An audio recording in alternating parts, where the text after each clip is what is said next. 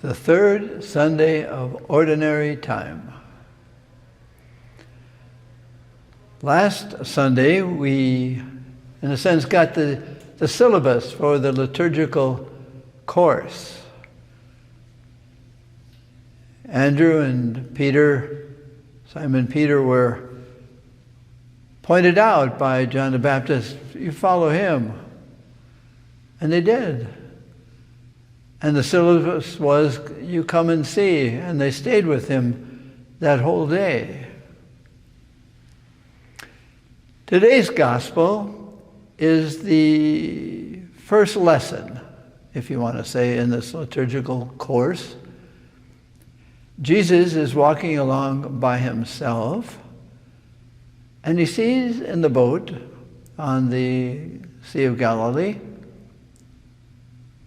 the same two characters, Andrew and Peter. And he says to them, come follow me. And they do. Now one of the questions we have is, what did they do in the time between the first invitation of Jesus and the second? Well, apparently they went back to their lives. They went back to the comfortable, the usual, the convenient, the profitable. And then Jesus and Andrew and Peter walk along, and Jesus sees two others, James and John, and their father Zebedee, and other hired men in the boats, mending their nets and getting ready to go out fishing. And Jesus says to them, come follow me. And they do.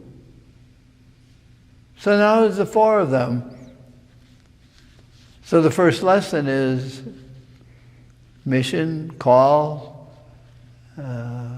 relationship, letting go of the comfortable, the profitable. I prayed a little bit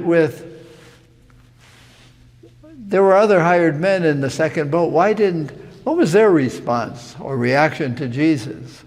Or to James and John, just leaving everything, and their father, their identity, their occupation, their profitability. The hired men, and I sat with them a while, and I asked them, why didn't you follow? And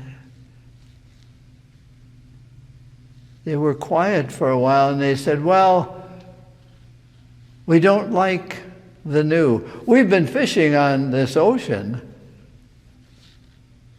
our whole lives, and we know what's expected. And we like Zebedee, the father of John and James, but we like making our own life. We like pointing to it, and it's out there in the sea.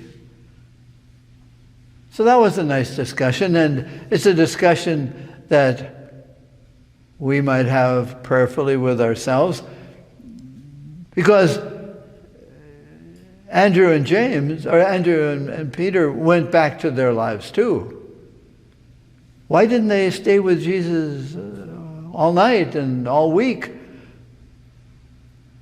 Well, they were accustomed. They were confined by the usual. Now, where we're going is Jesus saying, can you trust the relationship that I offer you?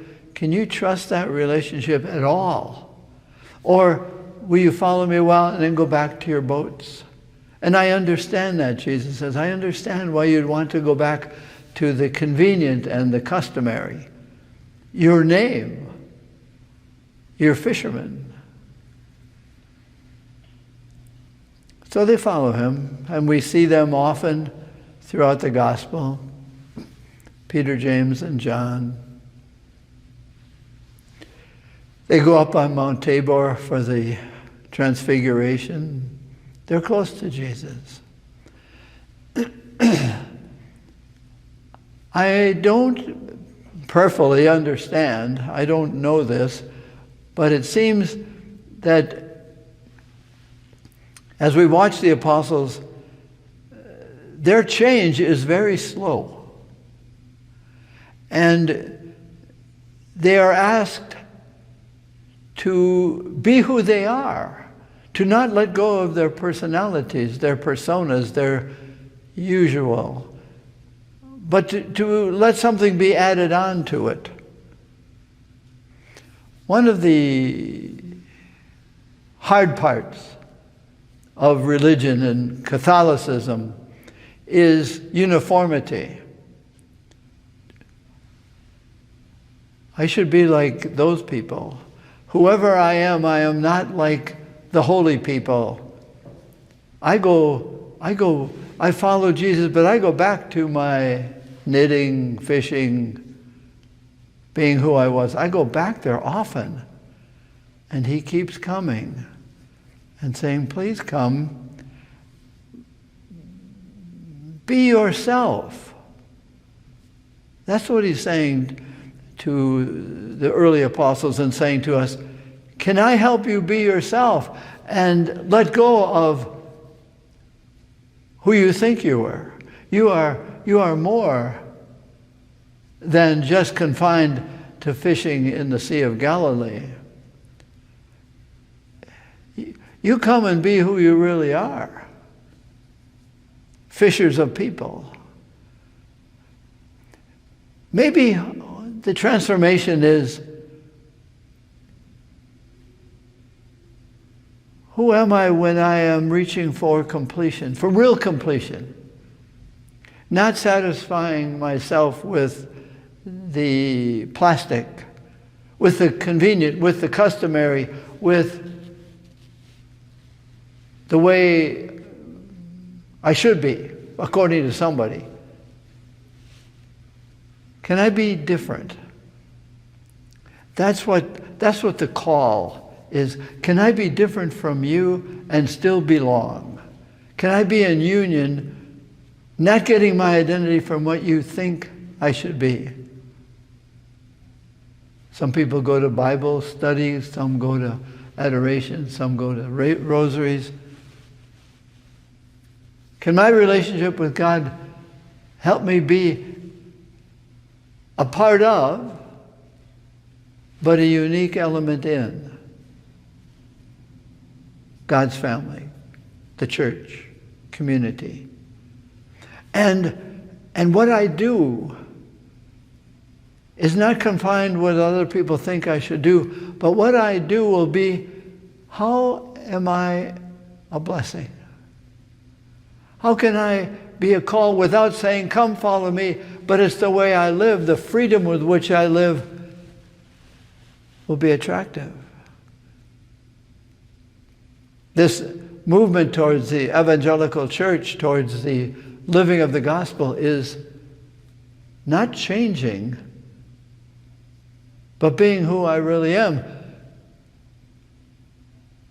Who does God say I am? Who does Jesus say I am? Each of us is a fisher by the way we live, by the style, by the grace, by the attitude, how we receive, and how we call people to be who they are, to let people be who they are, to encourage others to be who they are, and to encourage them when possible to let go of who they're really not. Because Jesus calls us away from not being who we really are. Who we really are in baptism because of the Eucharist. We are people who are attractive to God. Imagine that.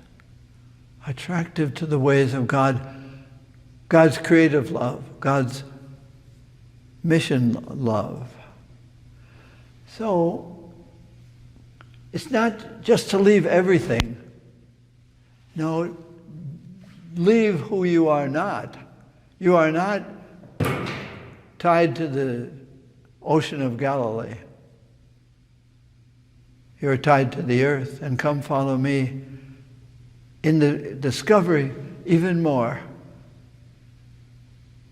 of who are you when you're not plastic, when you are flesh and blood,